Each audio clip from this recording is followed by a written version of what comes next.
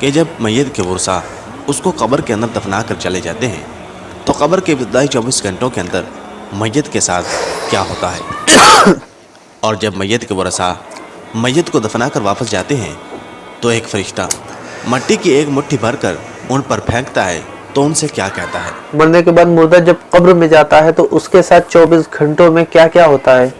آخرت کی پہلی سیڑھی، پہلی منزل یعنی قبر، جس کے بارے میں سوچ کر حضرت عثمان غنی رضی اللہ تعالی عنہ کی آنکھوں سے ایسے آنسو چلتے تھے کہ ان کی داڑھی بھیگ جاتی تھی قبر کے خوف سے۔ اس کے بارے میں اللہ رب العزت فرماتا ہے کہ حضرت عثمان غنی رضی اللہ تعالی عنہ کو بنا حساب کتاب کے جنت میں داخل کریں گے۔ صحابی رسول کو بھی ٹینشن تھی اپنے آخرت یعنی قبر کی پہلی منزل کی۔ ایسے صحابی رسول جو بنا کسی حساب کتاب کے جائیں گے جنت میں، ایسے صحابی رسول کو بھی کتنا خوف تھا قبر کا۔ تو دیکھیں گے اس ویڈیو میں قبر کی پہلی رات کیسے گزرتی ہے۔ تو ہیلو، السلام علیکم، آداب، میں ہوں مشرم اور آج ہم آپ کے لیے لے کر آئے ہیں مجاہد نقشبندی چینل سے قبر کے 24 گھنٹوں میں مردوں کے ساتھ کیا کیا ہوتا ہے۔ تو شروع کرتے ہیں اس ویڈیو کو، یہیں سے اس ویڈیو کا اوریجنل لنک آپ کو ڈسکرپشن میں مل جائے گا۔ تو شروع کرتے ہیں بنا کسی دیری کے۔ بسم اللہ الرحمن الرحیم۔ اللہ تبارک و تعالیٰ کے نام سے شروع جو بڑا مہربان اور نہایت رحم کرنے والا ہے۔ معزز دوستو، آج کی اس ویڈیو کے اندر ہم آپ کو بیان کریں گے کہ جب میت کے ورثہ اس کو قبر کے اندر دفنا کر چلے جاتے ہیں تو قبر کے ابتدائی 24 گھنٹوں کے اندر میت کے ساتھ کیا ہوتا ہے، اور جب میت کے ورثہ میت کو دفنا کر واپس جاتے ہیں تو ایک فرشتہ مٹی کی ایک مٹھی بھر کر ان پر پھینکتا ہے تو ان سے کیا کہتا ہے، اور قبر کی پہلی رات کیسی ہوتی ہے۔ پیارے دوستو، یہ امر یقینی ہے کہ ہر ایک نے موت کا ذائقہ چکھا ہے، جس طرح کہ اللہ تبارک و تعالیٰ قرآن پاک میں ارشاد فرماتا ہے کل نفس ذائقۃ الموت، کہ ہر جاندار نے موت کا ذائقہ چکھنا ہے۔ جو یہاں پر آیا ہے اس نے ایک نہ ایک دن واپس ضرور جانا ہے، اور مرنے کے بعد انسان کی پہلی منزل قبر ہوتی ہے۔ ایک حدیث شریف کا مفہوم ہے کہ حضور اکرم صلی اللہ تعالی علیہ وسلم نے ارشاد فرمایا قبر انسان کی پہلی منزلوں میں سے ایک منزل ہے، بے شک اگر انسان اس میں کامیاب ہو جائے تو آگے کی منزلیں آسان ہو جاتی ہیں، اور اگر اس منزل میں پھنس جائے تو آگے کی منزلیں بھی خراب ہو جاتی ہیں۔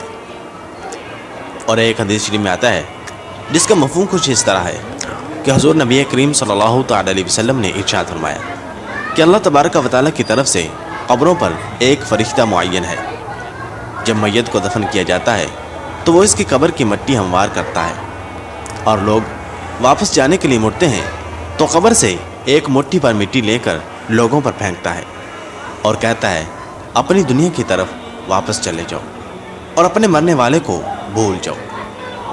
پیارے دوستو، حضرت علی رضی اللہ تعالیٰ عنہ نے ارشاد فرمایا کہ میں نے نبی کریم صلی اللہ تعالی علیہ وسلم کو یہ فرماتے ہوئے سنا کہ انسان کی مشکل ترین رات قبر کی پہلی رات ہوتی ہے، کیونکہ جب اس کے دوست، احباب، رشتہ دار، اولاد اور اس کو دفنانے والے اس کو دفنا کر چلے جاتے ہیں تو وہ انسان روتا رہتا ہے۔ ہر ایک دوست کے پاس آتا ہے، اسے روکنے کی کوشش کرتا ہے کہ مجھے چھوڑ کر نہ جاؤ، لیکن افسوس کہ اس کی آواز کوئی نہیں سنتا۔ تو اب وہاں پر قبرستان میں ہر کوئی اکیلا رہ جاتا ہے۔ تب ہمارا سامنا ان فرشتوں سے ہوتا ہے جو ہمارے اعمال ہوتے ہیں۔ اب وہ کس شکل میں ہمارے پاس آتے ہیں، اچھے یا برے، اس بارے میں کوئی کچھ نہیں کہہ سکتا۔ تب وہ ہم سے اس دنیا میں گزاری ہوئی زندگی کے متعلق سوال کریں گے، جن سوالوں کے جواب ہماری اس زندگی میں موجود ہیں جب تک ہم سانس لے رہے ہیں۔ اور ایک حدیث شریف میں آتا ہے جس کا مفہوم کچھ اس طرح ہے کہ رسول اکرم صلی اللہ تعالی علیہ وسلم نے ارشاد فرمایا کہ تم قبرستان جایا کرو، کیونکہ قبرستان موت کو یاد دلاتا ہے، اس سے عبرت حاصل ہوتی ہے۔ میں نے اپنے رب سے اپنی والدہ کی قبر پر جانے کی اجازت مانگی تھی، مجھے اس کی اجازت مل گئی، لہذا تم بھی قبرستان جایا کرو۔ اس سے دنیا سے بے رغبتی پیدا ہوتی ہے اور آخرت یاد آتی ہے۔ حضرت سیدنا سعید بن مسیب رضی اللہ تعالیٰ عنہ ارشاد فرماتے ہیں کہ ایک مرتبہ ہم مولا کائنات شیر خدا حضرت علی رضی اللہ تعالیٰ عنہ کے ہمراہ مدینہ منورہ کے قبرستان گئے۔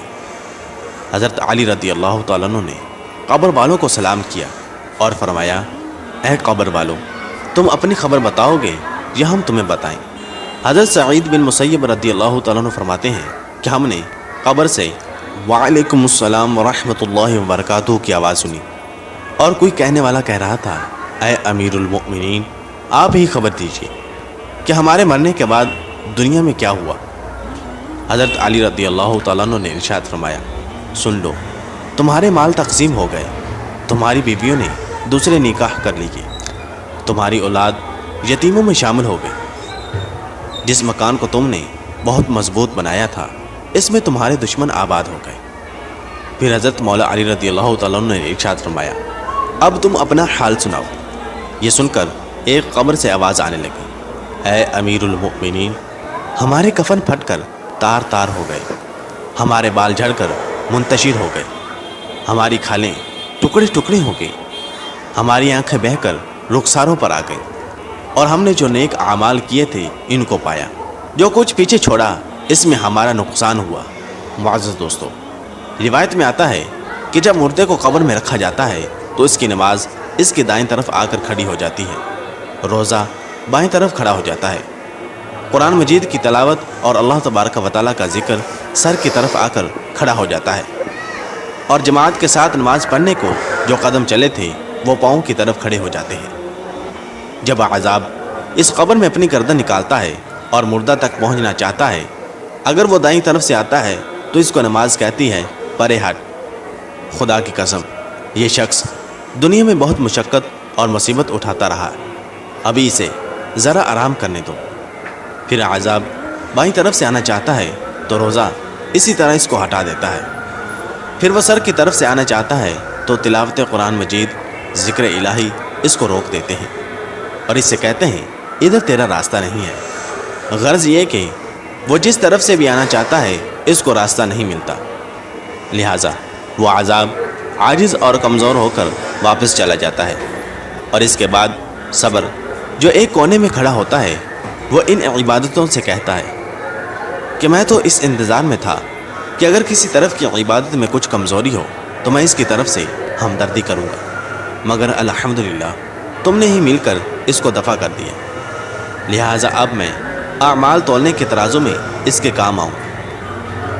پیارے دوستوں، جب میت کو قبر میں دفنا کر اس کے ورثاء چلے جاتے ہیں تو قبر میں دو فرشتے جن کو منکر اور نکیر کہا جاتا ہے میت کے پاس آتے ہیں، جن کی آنکھیں بجلی کی طرح چمکتی ہیں اور آواز بادل کی گرج کی طرح ہوتی ہے، ان کے دانت گائے کے سینگوں کی طرح باہر کو نکلے ہوتے ہیں، ان کے منہ سے آگ کی لپٹیں نکلتی ہیں، بال اتنے بڑے ہوتے ہیں کہ پاؤں تک لٹکتے ہوتے ہیں، ان کے ایک کاندھے سے لے کر دوسرے کاندھے تک اتنا فاصلہ ہوتا ہے کہ کئی دن تک چل کر مسافت کو ختم کیا جا سکتا ہے۔ مہربانی اور نرمی ان کے پاس نہیں ہوتی، لیکن سختی کا معاملہ یہ مومنوں کے ساتھ نہیں کرتے، بلکہ پھر بھی ایسی ڈراؤنی شکل و صورت کی ہیبت ہی کیا کم ہے۔ پیارے دوستوں، ان دونوں کے ہاتھ ایک بہت بڑا لوہے کا ہتھوڑا ہوتا ہے کہ جس کو اگر تمام دنیا کے جنوں اور انس مل کر اٹھانا چاہیں تو اٹھانا تو درکنار اس کو ہلا بھی نہیں سکتے۔ وہ آ کر مردے سے کہتے ہیں بیٹھ جا، مردہ ایک دم اٹھ کر بیٹھ جاتا ہے اور کفن اس کے سر سے نیچے سرک جاتا ہے۔ وہ سوال کرتے ہیں تیرا رب کون ہے، تیرا دین کیا ہے، تیرا نبی کون ہے؟ اگر مردہ نیک اور مسلمان ہوتا ہے تو کہتا ہے میرا رب اللہ تبارک و تعالیٰ ہے جو وحدہ لا شریک ہے، میرا دین اسلام ہے، میرے نبی حضرت محمد صلی اللہ تعالی علیہ وسلم ہے۔ یہ سن کر وہ دونوں کہتے ہیں تو نے سچ کہا، تو اس کی قبر کی دیواروں کو سب طرف سے ہٹا دیا جاتا ہے، جس سے وہ چاروں طرف سے بہت وسیع ہو جاتی ہے۔ اس کے بعد فرشتے کہتے ہیں سر اٹھاؤ۔ مردہ جب اوپر کو سر اٹھاتا ہے تو اس کو ایک دروازہ نظر آتا ہے جس میں جنت نظر آتی ہے، اور وہ کہتے ہیں اے اللہ تبارک و تعالیٰ کے دوست، وہ جگہ تمہاری رہنے کی ہے، اس وجہ سے کہ تم نے اللہ تبارک و تعالیٰ کی اطاعت اور فرما برداری کی۔ حدیث پاک میں آتا ہے جس کا مفہوم کچھ اس طرح ہے کہ رسول اکرم صلی اللہ تعالی علیہ وسلم نے ارشاد فرمایا کہ قسم ہے اس ذات پاک کی کہ جس کے قبضہ قدرت میں میری جان ہے، کہ مردے کو اس وقت ایسی خوشی ہوتی ہے کہ جو کبھی ختم نہیں ہوگی۔ اس کے بعد وہ فرشتے کہتے ہیں کہ اپنے پاؤں کی طرف دیکھ۔ جب وہ دیکھتا ہے تو وہ دوزخ کا دروازہ نظر آتا ہے جس سے دوزخ کا حال نظر آتا ہے۔ وہ فرشتے کہتے ہیں کہ اے اللہ تبارک و تعالیٰ کے دوست، تو نے اس دروازے سے نجات پا لی ہے، اس وقت بھی بندے کو اس قدر خوشی ہوتی سبحان ہے اللہ۔ جو کبھی ختم نہیں ہوگی۔ اس کے بعد قبر میں 70 دروازے جنت کے کھول دیے جاتے ہیں، جن سے وہاں کی ٹھنڈی ہوا اور خوشبوئیں آتی رہتی ہیں، اور قیامت تک ماشاءاللہ، وہ انہی ماشاءاللہ۔ بہاروں میں رہے گا۔ پیارے دوستو، کیسی خوش نصیب ہوگی وہ روح جس کے ساتھ اللہ تبارک و تعالیٰ اپنی مہربانی اور رحم و کرم کا سلوک فرمائے گا۔ ناظرین گرامی، دوسری طرف جب نافرمان، فاسق و فاجر، بدکار اور کافر شخص کو قبر میں رکھا جاتا ہے تو قبر اس پر تنگ ہو جاتی ہے کہ اس کی پسلیاں دوسری طرف کی پسلیوں میں گھس جاتی ہیں۔ اس پر کالے سانپ مسلط کر دیے جاتے ہیں جو اس کی ناک اور پاؤں سے کاٹنا شروع کرتے ہیں، یہاں تک کہ درمیان میں دونوں طرف کے سانپ آ کر مل جاتے ہیں۔ پھر اس کے پاس 2 فرشتے جن کا نام منکر اور نکیر ہوتا ہے قبر میں آتے ہیں۔ وہ آ کر پوچھتے ہیں، تیرا رب کون ہے؟ تیرا دین کیا ہے؟ تیرا نبی کون ہے؟ وہ ان کے ہر سوال میں جواب دیتا ہے کہ میں کچھ نہیں جانتا۔ پھر وہ فرشتے اس کو اس قدر زور سے مارتے ہیں کہ ان کے گرز کی چنگاریاں قبر میں پھیل جاتی ہیں۔ اس کے بعد وہ فرشتے اس کو کہتے ہیں کہ اوپر دیکھ۔ وہ اوپر کی طرف جنت کا دروازہ دیکھتا ہے، جنت کی باغ و بہار وہاں اس کو نظر آتی ہے۔ فرشتے اس نافرمان سے کہتے ہیں کہ اے اللہ تبارک و تعالیٰ کے دشمن اور نافرمان، اگر دنیا میں تو اللہ تبارک و تعالیٰ کی اطاعت اور فرمانبرداری کرتا تو یہ تیرا ٹھکانہ ہوتا۔ ایک حدیث میں آتا ہے جس کا مفہوم کچھ اس طرح ہے کہ رسول اکرم صلی اللہ تعالی علیہ وسلم نے ارشاد فرمایا کہ قسم ہے اس ذات پاک کی جس کے قبضہ میں میری جان ہے کہ اس کو اس وقت ایسی حسرت ہوتی ہے کہ اس جیسی حسرت پھر کبھی نہیں ہوگی۔ پھر دوزخ کا دروازہ کھولا جاتا ہے اور وہ فرشتے کہتے ہیں کہ اے اللہ تبارک و تعالیٰ کے دشمن، یہ تیرا ٹھکانہ ہے اس لیے کہ تو نے اللہ تبارک و تعالیٰ کی نافرمانی کی۔ پھر جہنم کے 70 دروازے اس کی قبر میں کھول دیے جاتے ہیں، جن سے قیامت تک گرم ہوائیں اور دھواں وغیرہ اس کو آتا رہتا ہے۔ الامان والحفیظ۔ معزز دوستو، قبر کا معاملہ بڑا سخت ہے۔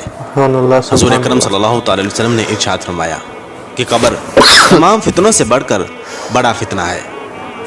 ہمیں چاہیے کہ ہم اللہ تبارک و تعالیٰ کی نافرمانی سے بچیں اور نیک اعمال کریں محفوظ رکھے اور قبرستان میں جایا کریں تاکہ ہمیں بھی اپنی موت کی یاد آئے، اور موت کو یاد کر کے ہم دنیا سے بے رغبتی اور آخرت کی تیاری کریں۔